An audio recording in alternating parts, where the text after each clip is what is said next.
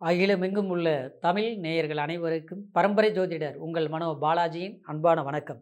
மீனராசி அன்பர்களுக்கு ராகு கேது 2026 அதாவது டிசம்பர் மாதம் 5ஆம் தேதி வரைக்கும் உங்களுடைய ராசிக்கு 12ஆம் பாவகத்தில் ராகு பகவானும், அதே மாதிரி உங்களுடைய ராசிக்கு 6ஆம் பாவகத்தில் கேது பகவானும் சஞ்சாரம் பண்ணக்கூடிய இந்த 3 மாத காலம் உங்களுடைய ராசிக்கு எப்பேற்பட்ட ஒரு மாற்றங்கள் ஏற்பட போகுது அப்படிங்கிறத பற்றி தாங்க இந்த பதிவில் இப்போ நம்ம தெளிவாக பார்க்க போகிறோம்ங்க. சப்ஸ்கிரைப் பண்ணாமல் இருந்தால் சப்ஸ்கிரைப் பண்ணிக்கங்க. மீனராசி குரு பகவானின் ஆட்சி வீடு கொண்ட மீனராசி. காலபுருஷ தத்துவத்தில் அயன சயன போக சுகஸ்தானம் இந்த மீனராசிக்காரர். இந்த மீனராசிக்காரர் எப்போவுமே ஒரு தெளிவான சிந்தனையில் இருப்பாங்க. யாருக்கிட்ட எத்தனை ஐடியா கேட்டாலும் உங்கள் மனசுக்கு ஒன்று பட்டாதான் நீங்கள் செய்வீங்க. அவங்க சொல்கிறாங்க இவங்க சொல்கிறாங்க அப்படின்னு நினச்செல்லாம் ஒன்றும் பண்ண மாட்டீங்க. அதே மாதிரி அடுத்தவங்களுக்கு ஒரு நல்லது அப்படின்னா அவங்களுக்கு நல்லதாக இருக்கும்னா நம்ம அதை கஷ்டப்பட்டாலும் பரவாயில்ல நம்ம செய்யலாம் அப்படின்னு நினச்சி செய்யக்கூடியவங்க தான். ஆன்மீகத்தில் ரொம்ப நாட்டம் இருக்கும். இறைவன் தெய்வ பக்தி, சரிங்களா? கோயில் போகிறது, சாமி கும்பிடுறது. சில நேரங்களில் நம்ம கோயிலுக்கு போகலனா கூட மனசுலேயே கடவுளே வணங்கி நல்லா பிரார்த்தனை பண்ணி மனசார நேர்மையாக தெளிந்த நீரோடை மாதிரி ஆச்சுங்களா பால் மனம் கொண்டவங்க மீனராசிக்காரர். இப்போ புகழுக்கு சொந்தக்காரர் மீனராசிக்காரர். அதே மாதிரி ஒரு இடத்துல இருக்க மாட்டீங்க. அங்கே போவீங்க இங்கே போவீங்க அது பண்ணுவீங்க ஃபாஸ்ட். ஆனால் நேர்மையாக தான் இருப்பீங்க. எல்லா துறையிலையும் இருந்தாலும் அதை கரெக்டாக தெரியாத விளையிறத கூட கச்சிதமாக செஞ்சு முடிச்சிருவீங்க. அதெல்லாம் பலமசாலிகள் தான். குடும்பத்து மேலே ரொம்ப அக்கறை. குடும்பத்து மேலே விட கூட பிறந்தவங்க மேலே அக்கறை, பெற்றவங்க மேலே ஒரு தனிப்பட்ட ஒரு பாசம், இது எல்லாமே அற்புதமாக இருக்கும். ஆனால் இதெல்லாம் ரைட்டு. ஆனால் நாம் தான் ஏகப்பட்ட கஷ்டப்படுறோமே. இந்த 3.5 வருஷத்துலேருந்து எத்தனை கஷ்டம் அனுபவிச்சிருக்கிறோம் மீனராசிக்காரர் சொல்லு பார்க்கலாம். இடம் மாற்றம், தாவு மாற்றம் இருந்ததெல்லாம் போச்சு. கஷ்டப்பட்டோம். கஷ்டப்பட்டு கொஞ்சம் கொஞ்சமாக சம்பாரிச்சது கூட இன்றைக்கி நம்ம கையில் நிற்கல ஆச்சுங்களா. நல்லவங்கன்னு யார் யார் நம்பணுமோ அங்கே தான் நமக்கு இடைஞ்சல வந்தது. எத்தனையும் பட்டு இன்றைக்கி பார்த்தோம்னா கடைசியில் குடும்பத்துக்குள்ளேயே பார்த்தோம்னா ஏகப்பட்ட போகம் மாதிரி வெடிக்குது ஆச்சுங்களா. 4 பேருக்கு நாம் அறிவு சொல்லுவோம், புத்தி சொல்லுவோம். 10 பேரை நம்மளுடைய ஒரு சொல்பேட்டு கேட்டு நடந்தாங்க. ஆனால் இன்றைக்கி பார்த்தோம்னா நாம் கலங்கி போய் நின்றுட்டுருக்குறோமே. அந்த கவலையெல்லாம் வேண்டாங்க. நீங்கள் கலங்கினாலும் தெளிவாயிருவீங்க, சரிங்களா. ஏன்னா 7.5 சனி ஜென்மச்சனி சொல்லணுமா. யானைக்கு உண்டான பலம் போச்சு, குதிரைக்கு உண்டான வேகம் போச்சுன்னு சொல்லுவாங்க இல்லைங்களா. அந்த மாதிரி இருக்கிற வேலையே கூட சிலருக்கு போச்சு, சரிங்களா. ஆனால் கண்டிப்பாக வேலை கிடச்சிரும். இருக்கிற வேலையில் பிரச்சனை இருந்தாலும் பிரச்சனை சரியாகிடும். அது மட்டும் கிடையாது. அதாவது சில விஷயங்கள் நீங்கள் ஆசைப்பட மாட்டீங்க. மீனராசிக்காரரை பொறுத்த வரைக்கும் ஒரு எல்லாமே பார்த்ததெல்லாம் ஆசைப்படுறது, யாருக்கிட்ட வேணாலும் பழகிறது, இதெல்லாம் நமக்கு பிடிக்காது. யாருக்கிட்ட பழகினாலும் நேர்மையாக இருக்கணும், உண்மையாக இருக்கணும், கச்சிதமாக இருக்கணும், கரெக்டாக இருக்கணும். அதுதான் பிடிக்கும் மீனராசிக்காரருக்கு. அதே மாதிரி ஒரு பொருள் வாங்கினாலும் செலக்ட் பண்ணி வாங்குவீங்க. ஒரு வண்டி வாங்கினாலும் தேர்ந்தெடுத்து வாங்குவீங்க. அதே மாதிரி ஒரு வாழ்க்கைன்னா சொல்லணுமா ரொம்ப கச்சிதமாக யோசித்து முடிவெடுத்து தான் தீர்மானிப்பீங்க. ஆனால் அப்பேற்பட்ட தீர்மானித்த சில முடிவுகளும் தப்பாக போகுதே, சில குழப்பங்களாக இருக்குது. காரணமே இல்லாமல் இன்றைக்கி பார்த்தோம்னா தேவையில்லாத பிரச்சனைகள் ஓடிக்கிட்டு இருக்குதே ஆச்சுங்களா. இதுக்கு பார்த்தோம்னா காரணம் என்ன? அதாவது அடுத்தவங்க தான் காரணமாக இருக்கிறாங்க. சம்மந்தம் இல்லாதவங்க தான் காரணமாக இருக்கிறாங்க. அவங்க காரணத்தில் இன்றைக்கி நாம் அதாவது கஷ்டப்படுற மாதிரி உருவாக்கி வச்சுட்டாங்க. இந்த கஷ்டத்துக்கு நாம் காரணம் இல்லை, இருந்தாலும் அதை சரிப்படுத்த முடியல. இதுதான் நம்மளுடைய பிரச்சனை, சரிங்களா. நினச்சது கிடைச்சிருமா, பிடிச்சது அமைஞ்சிருமா, குழப்பங்கள் தான் இருக்குது. ஆனால் கண்டிப்பாக அமைஞ்சிரும், சரிங்களா. 12ஆம் பாவகத்தில் ராகு சஞ்சாரம் பண்ணுறதுனால இடமாற்றங்களால் நன்மைகள் உண்டாகும், சரிங்களா. கண்டிப்பாக நன்மைகள் உண்டாகும். அடுத்தது பார்த்தோம்னா வெளியூர் வெளி பிரயாணம் அப்படின்னா அயல்நாடு போகக்கூடிய வாய்ப்புகள் நிச்சயமாக ராகு 12ஆம் இடத்துல இருந்தால் வெளிநாடு பிரயாணம் கிடைக்கும். போனால் நல்லா இருக்கும்.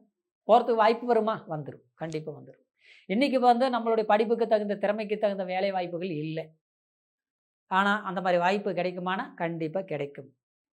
அதே மாதிரி குடும்ப ரீதியில் கொஞ்சம் பிரிஞ்சு இருக்கிறவங்க, சரிங்களா. இப்போது மனைவி ஒரு பக்கம் இருக்கிறாங்க, கணவன் ஒரு பக்கம் இருக்கிறோம், வேலைக்காக அப்படி இருக்கிறோம், சரிங்களா. ஆனால் 2 பேருக்கு ஒரே பக்கம் ஒரு வேலை வாய்ப்பு கிடைக்குமா? ஆரோக்கிய பிரச்சனையினால் ஒரு இடத்துல இருக்க முடியல, கிளைமேட்டு ஒத்து வரல, சூழ்நிலை ஒத்து வரல, சந்தர்ப்பங்கள் ஒத்து வரல, இல்லை ஏதோ ஒரு காரணத்தினால பிரிவுகளில் இருக்கிறவங்க கண்டிப்பாக சேரக்கூடிய வாய்ப்புகளும், ஒன்றா இணைஞ்சு ஒரு பக்கம் இருக்கக்கூடிய ஒரு குடும்ப ஒற்றுமை கிடைக்கக்கூடிய சந்தர்ப்பங்களும் இந்த ஆகஸ்ட்டு, அதாவது 20ஆம் தேதியிலிருந்து நன்மைகள் இருக்கும். கண்டிப்பாக இருக்கும், மாற்றம் இல்லை. சரிங்களா? அடுத்தது இன்னொரு விதத்தில் பார்த்தோம்னா, 6ஆம் பாவகத்தில் கேது பகவான் சஞ்சாரம் பண்ணக்கூடிய இந்த காலகட்டத்தில், அதாவது சில எதிரிகள் வந்து எப்பவுமே கொஞ்சம் நமக்கு ஆகாதவங்க, சில பிரச்சனைகள் மறைஞ்சு இருந்து இது பண்ணுவாங்க. வேலை செய்கிற பக்கம் கூட மேனேஜர் நல்லவர் தான், முதலாளி நல்லவர் தான் ஆச்சுங்களா. ஆனால் இந்த அதுக்கு கீழ இருக்கிறாங்க பார்த்தீங்களா, அவங்களால தான் நமக்கு பிரச்சனை ஏற்பட்டுருக்கு. இப்படிலாம் நடந்துகிட்ருக்கும். அப்புறம் ஊரில் ஒரு சமூக இதில் வந்து நம்ம அக்கறை எடுத்து சில கடமைகள் செஞ்சிட்ருப்போம். ஆச்சுங்களா. ஏன்னா மீனராசிக்காரர் அப்படி தான் கும்பாபிஷேகம் பண்ணுறது, ஊருக்கு சமுதாயத்துக்கு தேவையான சில நல்ல விஷயங்களை சொல்கிறது, அப்புறம் அரசியல் சம்மந்தப்பட்ட ஒரு புது சோசியல் ஒர்க் செய்யக்கூடியது ஆச்சுங்களா. இதெல்லாமே நம்ம உழைச்சிட்ருப்போம். ஆனால் நேற்று வந்தவங்க வந்து அந்த இடத்த விட்டு நம்மளோட கெட்ட பேர் உருவாக்கி நம்மளை கெடுத்து விட்டுட்ருப்பாங்க. அப்படின்னு இது எப்படி நடந்துகிட்ருக்குன்னு பார்த்தீங்கன்னா, உள்ளுக்குள்ளே அந்த மாதிரி சூழ்ச்சிகள்னால நமக்கு பங்கத்தை விளைவிச்சிருப்பாங்க. சரிங்களா? இது வந்து நமக்கு எப்படின்னா, வெறுப்புகள் வரும் இல்லைங்களா? சரிங்களா? தப்பு பண்ணி ஒரு தண்டனை அனுபவிக்கிறது வேறு. தப்பே பண்ணாம, குறையே இல்லாமல் குற்றங்கள் சுமத்துறது எப்படி சரி வரும்? அந்த மாதிரி ஒரு சிரமங்கள் உங்களுக்குள்ள இருக்கும். அதனால் நமக்கு கிடைக்க வேண்டிய ஒரு பதவி, பட்டம், அதாவது ஒரு கௌரவம், இது எப்படி இருக்குன்னா, 3வது மனுஷன் தட்டி பறிக்கிற மாதிரி, நாம் இருக்க வேண்டிய இடத்துல அடுத்தவங்க வந்து உட்கார்ற மாதிரி, இதுவெல்லாம் ஏற்பட்டிருக்கும். இது சமீபமாக பார்த்தோம்னா, இந்த ஒரு 1 1/2 வருஷ காலத்தில் இல்லாமல் ரொம்ப அதிகமாக இருக்கும். நெருக்கடிகள் எப்படின்னா, வீட்லேயும் பார்த்தோம்னா மருத்துவ செலவுகள் தேவையில்லாமல் திடீர்னு பார்த்தா ஒருத்தருக்கு உடம்பு சரியில்லைன்னா இன்னொருத்தருக்கு போய் வைத்தியம் இன்னொருத்தருக்கு மறுபடியும் இவங்க சரியானது அவங்களுக்கு பார்க்குறது. இப்படி வந்து மாறி மாறி பழமொழி சொல்லுவாங்க ஆச்சுங்களா. கண்டதை கண்டமாச்சு கைப்பொருள் விரயமாச்சுங்கிற மாதிரி.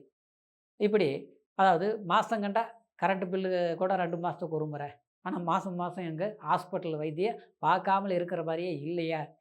யாருக்காவது ஒருத்தரை வைத்தியங்கள் பார்க்குற மாதிரி இருக்குது. அது மட்டும் இல்லை, சின்னதாக பெரிய பிரச்சனைன்னு நினச்சிட்டு அந்த பிரச்சனை கஷ்டப்பட்டு முடிச்சோம்னா பரவாயில்ல முடிச்சிட்டோம்னு நினைக்கிறதுக்கு முன்னாலேயே வந்துடும். அதை விட பெரிய பிரச்சனை. இப்படிலாம் வந்துட்டுருக்கும் மீனராசிக்காரருக்கு. ஆக மொத்தத்தில் சில அவமானம், அசிங்கம், தேவையில்லாத பிரச்சனைகள், சங்கடங்கள், சலிப்புகள், தேவையில்லாத விரயங்கள், எல்லாத்த விட விரயங்கள், இது எல்லாமே மீனராசிக்காரருக்கு வந்த கஷ்டங்களை சரிங்களா, ஒரு அளவுக்கு ஈடுகட்டக்கூடிய இந்த கடைசி கட்டம் நன்மை செய்யும் ராகு. ஏன்னா விரய ராகு அது கடைசி கட்டத்தில் சுப செலவுகளாக மாற்றும்.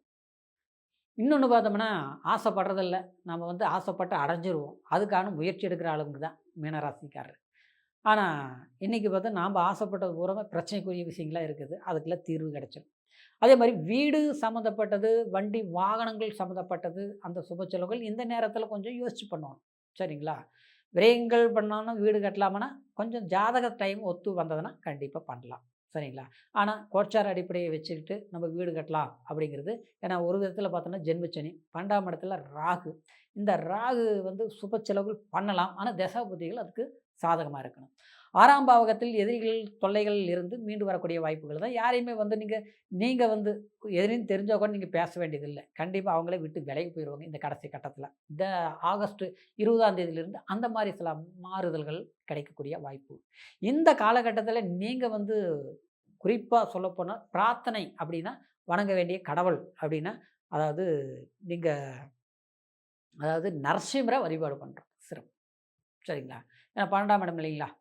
நரசிம்ம பெருமாளை வியாழக்கிழமை நாளில் போய் கும்பிட்டு வாங்க. கண்டிப்பாக உங்களுக்கு சிறப்பாக இருக்கும். அது எத்தனை முறை போயிட்டு வரணும் அப்படின்னு பார்த்தோன்னா, ஒரு 12 வாரத்துக்கு போகலாம். 12 வாரங்கிறது அதிகமாக இருக்குங்களே அப்படின்னா, பக்கத்தில் இருந்து 12 வாரம் போங்க. அப்படி தூரமாக இருந்ததுன்னா ஒரு 3 வாரம் போயிட்டு வாங்க. கண்டிப்பாக உங்களுக்கு ஒரு பலம் வரும். பலம் வரும்னா பெருமை வரும், செல்வாக்கு வரும், ஒரு முயற்சிக்கு தகுந்த ஒரு சில முன்னேற்றங்கள் கிடைக்கும். ஏன்னா மீனராசிக்காரரை பொறுத்த வரைக்கும் மன ரீதியில் ஒரு நல்ல வலிமையானவர்களாக இருந்தாலும் சூழ்நிலையினால் நாம் பின்வாங்கி தள்ளப்பட்டவர்களாகவும், இன்றைக்கி ஒதுக்கப்பட்டவர்களாகவும், ஒதுங்கி இருக்கக்கூடியவங்களாகவும், இன்றைக்கி வந்து கெட்டவங்களுக்கு வழி விட்டுட்டு நம்ம நல்லவங்க வந்து இன்றைக்கி வந்து தவிக்கக்கூடிய சூழ்நிலையிலையும் உருவாக்கப்பட்டிருக்கிறாங்க. இதுதான் உண்மை. சரிங்களா? ஆனால் மீன ராசியை பொறுத்த வரைக்கும் இந்த ஆகஸ்ட் 20ஆம் தேதியிலிருந்து டிசம்பர் 5ஆம் தேதிக்குள்ளே நீங்கள் எடுத்த காரியங்களும் தடப்பட்ட விஷயங்களும் சுமூகமான முறையில் தீர்வு ஏற்படும். ஏன்னா ஜென்மத்தில் இருக்கக்கூடிய சனி பகவானும் இப்போது வக்ரத்தில் இருக்குது, ஒரு ஃபெசல். அடுத்தது பார்த்தோம்னா குருவின் பலம், உச்ச குரு உங்களுடைய ராசி பார்க்குது, அற்புதமான பலம். ராகு கேது இது 12ஆம் பாவத்தில் ராகு ஒரு நன்மை செய்வார், மாற்றமில்லை. 6ஆம் இடத்தில் கேது இருக்கிறது நன்மை தான் செய்வார் உறுதி. அப்போது சாதகமான காலகட்டம். கடந்த காலத்தில் பட்ட துன்பம், கஷ்டம், வேதனை எல்லாத்தையும் விட்டு மீண்டு வந்து நம்ம ஒரு நல்ல பொசிஷனில் பயணிக்கக்கூடிய ஒரு காலம். சரியாக பயன்படுத்துங்க, நன்மைகள் உண்டாகும். நரசிம்ம பெருமாளை வணங்குங்க. சரிங்களா? இப்போ சொன்னது கோட்சார அடிப்படையில் நம்ம பலன்கள் சொல்லியிருக்கிறதுனால பிறப்பு ஜனன ஜாதகத்தையும் ஒரு முறை செக் பண்ணிக்கோங்க. ஏன்னா ஜனன ஜாதகம் முழுமையான பலன்களை பேசும். ஏன்னா ஜனன ஜாதகத்தில் ராகு கேதுனால் யோகங்கள் இருக்கா, தோஷங்கள் இருக்கான்னு முதல்ல தெரிஞ்சுக்கோங்க. சரிங்களா? கஷ்டங்களுங்கிறது கொஞ்ச நாள் கஷ்டம் இருந்தால் அது வேறு, காலம் பூரா கஷ்டம் இருந்தால் அதுக்கு ஏதோ ஒரு காரணம் இருக்குது.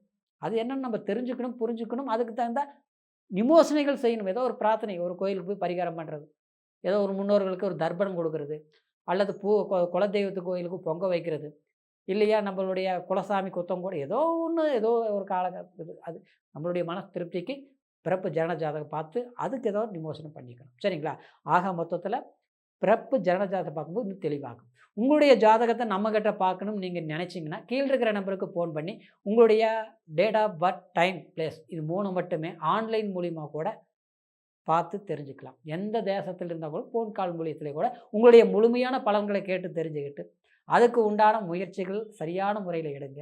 மீனராசி அன்பர்களுடைய எதிர்கால வாழ்க்கை சீரும் சிறப்புமாக செல்வாக்காக இருக்கும் அப்படிங்கிற ஒரு மகிழ்ச்சியோட மீண்டும் அடுத்த பதிவு சந்திக்கும் வரைக்கும் நன்றி, வணக்கம்.